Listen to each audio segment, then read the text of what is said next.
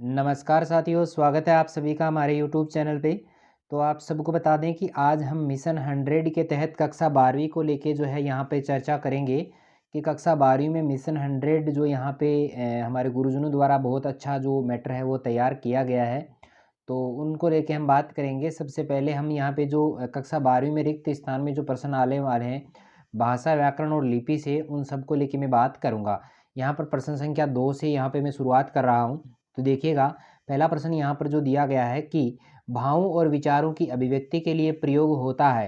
तो यहाँ पे खालिस्तान आपका आएगा। तो यहाँ पे भावों और विचारों की अभिव्यक्ति जो है सिर्फ भाषा के माध्यम से होती है। अगला प्रश्न रहेगा कि भाषा दो प्रकार की होती है, एक मौखिक दे रखा है, दूसरा हो जाएगा लिखित।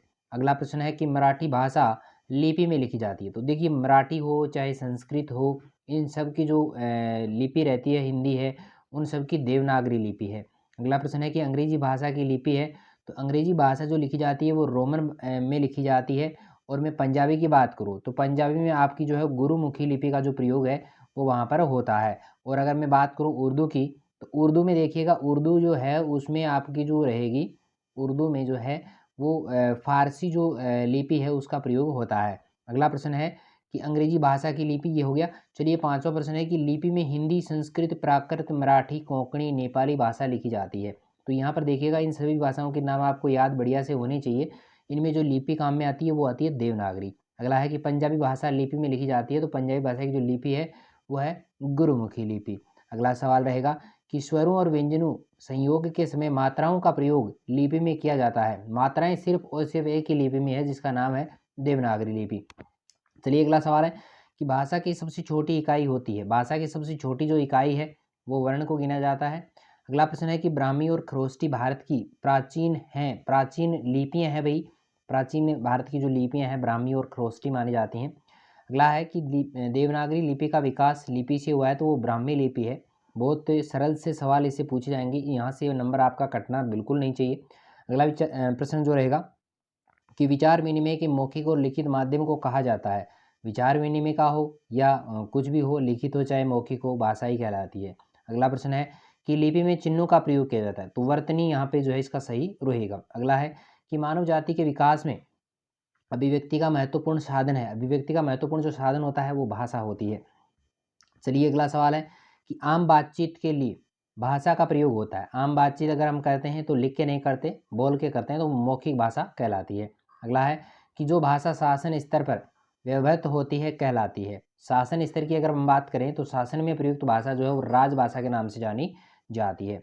चलिए, अगला सवाल है कि भाषा के रूप होते हैं। ये शुरू में ही सवाल आया था, भाषा के जो है वो दो रूप होते हैं। अगला है कि भाषा के मौखिक रूप को अंकित करने के लिए जो चिन्ह बने होते हैं उन्हें कहते हैं, क्या कहते हैं? उन्हें लिपि कहा जाता है। चिन्ह जो बने होते हैं, लिखित रूप उसको अगर देना होता है तो उसके लिए लिपि को काम में लेना पड़ेगा। अगला है कि भाषा सूक्ष्म स्थूल है। भाषा तो सूक्ष्म होती है लेकिन जो लिपि होती है वो स्थूल होती है। अगला है कि वर्तमान में हिंदी हमारी और है। हिंदी हमारी राष्ट्रभाषा नहीं है भाई, ये थोड़ा सा यहाँ पे शायद मिस प्रिंट हो गया हो, और राजभाषा की श्रेणी में वो आती है। राष्ट्रभाषा वैसे बनाया नहीं गया है लेकिन रहती यही है। चलिए, अगला सवाल है कि भारत के कम विकसित रूप को कहा जाता, सॉरी, भाषा के कम विकसित रूप को कहा जाता है। तो भाषा का जो कम विकसित रूप है उसको हम कहते हैं बोली, जो सीमित क्षेत्र में बोली जाती है। अगला है कि हिंदी भाषा के परिवार के लगभग बोलियां हैं। तो हिंदी भाषा में लगभग 18 प्रकार की जो बोलियां हैं वो बोली जाती हैं। अगला है सीमित क्षेत्र में बोली जाने वाली भाषा कहलाती है। तो सीमित क्षेत्र में सिर्फ बोली बोली जाती है। बोली ही विकसित होकर किसका रूप ले लेती है? भाषा का रूप ले लेती है। चलिए, हमारा नेक्स्ट जो प्रश्न रहेगा कि जिस भाषा को बालक अपने जो है माँ व परिवार से सीखता है उसको मातृभाषा के नाम से जानते हैं, ये सबको पता होगा। अगला है कि प्रत्येक भाषा को स्थिर, मानव और परिनिष्ठित रूप अगर प्रदान करना है तो उसके लिए आवश्यकता होती है। तो उसके लिए हमें व्याकरण की आवश्यकता होती है। अगर आपका किसी भी भाषा का अगर शुद्ध ज्ञान आपको प्राप्त करना है तो उसके लिए उस भाषा की आपको व्याकरण पढ़नी पड़ेगी। अगला है कि भाषा को शुद्ध रूप से लिखने व बोलने संबंधी नियमों का जो ज्ञान कराता है वो व्याकरण ही करवाती है। भाषा की शुद्धता के लिए शास्त्र है, वो है व्याकरण। शास्त्र माना जाता है व्याकरण एक। अगला है कि सुनना, बोलना, पढ़ना, लिखना भाषा के हैं। तो भाषा के ये कौशल माने जाते हैं, सुनना है, पढ़ना है। भाषा संपत्ति है। तो भाषा एक अर्जित संपत्ति है, ये अर्जित की जाती है, जन्मजात ये नहीं मिलती है। अगला है कि बोली और भाषा के मध्य होती है, तो बोली और भाषा जो होती है उसके मध्य भी भाषा काम में आती है। अगला है कि उर्दू भाषा की लिपि है, तो उर्दू भाषा की जो लिपि है वो फारसी लिपि मानी जाती है। अगला रहेगा कि व्याकरण के अंग होते हैं, तो व्याकरण के 4 अंग होते हैं भाई। व्याकरण के कितने अंग होते हैं? 4 अंग होते हैं, जिसमें वर्ण आ जाता है, शब्द आ जाता है, वाक्य आ जाता है और पद आ जाता है। तो ये 4 प्रकार के जो है वर्ण होते हैं।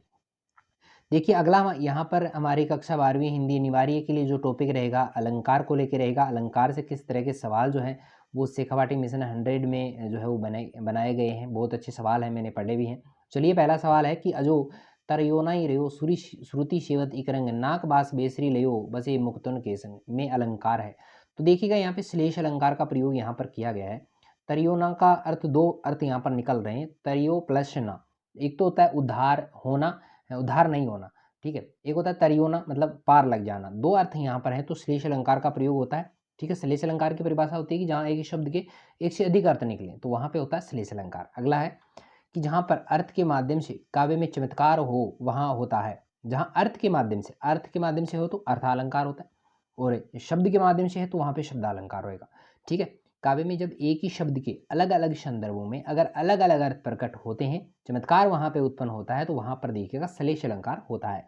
यानी अलग अलग संदर्भों में एक ही शब्द के जब अनेक अर्थ निकलते हैं तो वहाँ पे होता है श्लेष अलंकार। अगला हमारा सवाल है कि जब किसी काव्य में किसी शब्द या वाक्यांश की आवृत्ति हो और उसी अर्थ में हो परंतु अन्वय करने पर अर्थ भेद हो जाए, तो वहाँ पर अलंकार होता है। तो वहाँ पर लाटा अनुप्रास जो 5वें नंबर का भेद है अनुप्रास अलंकार का, वो यहाँ पर माना जाएगा। अगला है कि जब किसी काव्य पंक्ति में एक ही शब्द की एक से अधिक बार आवृत्ति हो परंतु हर बार उसका अर्थ में भिन्नता नहीं हो, देखो यहाँ पे ये लिख दिया है ना, बहुत इंपॉर्टेंट बात है। तो अलंकार हो कौन सा होता है? तो वहाँ पे होता है पुनरुक्ति प्रकाश अलंकार। शब्द की आवृत्ति हो, अर्थ सेम हो, तो वहाँ पे होता है पुनरुक्ति प्रकाश अलंकार। अगला है कि मधुर मधुर दीप जले में अलंकार है। मधुर मधुर, देखो अभी अभी यहाँ पे ये बात आई थी, फिर आ गया पुनरुक्ति प्रकाश अलंकार का प्रयोग यहाँ पर हुआ है। मूल रूप से अगर हम अलंकारों के भेदों की बात करें तो 2 प्रकार के होते हैं। पहला है शब्दालंकार, दूसरा है अर्थालंकार। एक तीसरा भेद भी है जिसको हम कहते हैं उभयालंकार, ठीक है। चलिए 8वां सवाल है कि में एक शब्द एक ही बार प्रयुक्त होकर अनेक अर्थ देने का चमत्कार जिसमें रहता है वो है श्लेष अलंकार। शब्द एक होता है, अर्थ अनेक होते हैं, श्लेष वहाँ पर अलंकार रहेगा। अगला है कि में एक जैसे शब्दों की एक से अधिक बार आवृत्ति हो परंतु अर्थ हर बार भिन्न हो, तो वहाँ पर यमक होता है। ये भी ऊपर आया भी था सवाल कि अलंकार 2 शब्दों से मिलकर बना है, अलम प्लस कार। यहाँ पर अलम का अर्थ होता है, क्या होता है? अलम का अर्थ है आभूषण, अलम का अर्थ है आभूषण है। चलिए अगला सवाल है कि जिस अलंकार में शब्दों को प्रयोग करने से चमत्कार उत्पन्न हो, उन शब्दों की जगह पर समानार्थी शब्द रखने से अगर चमत्कार समाप्त होता है तो वहाँ पर होता है, तो वहाँ पर शब्दालंकार होता है। यमक अलंकार जो शब्दालंकार की श्रेणी में रखा जाता है। चलिए अगला सवाल है कि पूत कपूत तो क्यों धन संचय, पूत सपूत तो क्यों धन संचय पंक्ति में अलंकार है। तो देखिए ये यहाँ पे लाटा अनुप्रास अलंकार का प्रयोग है, सेम टू सेम पंक्ति है, सिर्फ सपूत और कपूत यहाँ पर जो है बदला गया है। चलिए अगला सवाल है कि अनुप्रास शब्द 2 शब्दों से मिलकर बना है। अनुप्रास प्रास, यहाँ पर अनु का अर्थ होता है बार बार और प्रास का अर्थ होता है वर्ण। बार बार आवृत्ति होगी किसकी? वर्णों की। तो अनु का अर्थ होता है बार बार और प्रास का अर्थ होता है वर्ण। चलिए अगला सवाल है कि काव्य के सौंदर्य में अभिवृद्धि करने वाले तत्व कहलाते हैं। काव्य के सौंदर्य में जो बढ़ोतरी करते हैं उनको हम कहते हैं अलंकार। चलिए 15वां सवाल है कि काव्य में 2 या 2 से अधिक बार वर्णों की आवृत्ति होने पर अलंकार होता है, तो वहां पर अनुप्रास अलंकार का प्रयोग होता है। चारू चंद्र की चपल चांदनी में अलंकार है, तो च की यहाँ पर आवृत्ति हो रही है, तो यहाँ पर अनुप्रास अलंकार का प्रयोग रहेगा। चलिए अगला है कि कबीरा सोई पीर है जो जाने पर पीर, पंक्ति में अलंकार है। कबीरा सोई पीर है जो जाने पर पीर, देखो ये तो पर पीर और एक पीर, पीर पीड़ा, पर पीर दूसरों की पीड़ा, तो यहाँ पर यमक अलंकार का प्रयोग हुआ है। भिन्नार्थक शब्दों की आवृत्ति हुई है, तो यहाँ पर यमक अलंकार का प्रयोग रहेगा।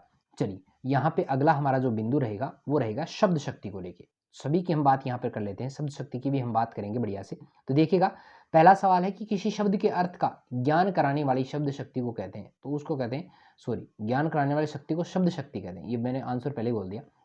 दूसरा सवाल है कि मुख्य अर्थ का बोध कराने वाली शक्ति शब्द शक्ति कहलाए, मुख्य अर्थ का अभिधा कराएगी। अगला है कि मुख्य या प्रचलित अर्थ से हटकर अर्थ का ज्ञान कराने वाली शब्द शक्ति जो है वो लक्षणा रहेगी। शब्द शक्ति के प्रकार कितने होते हैं?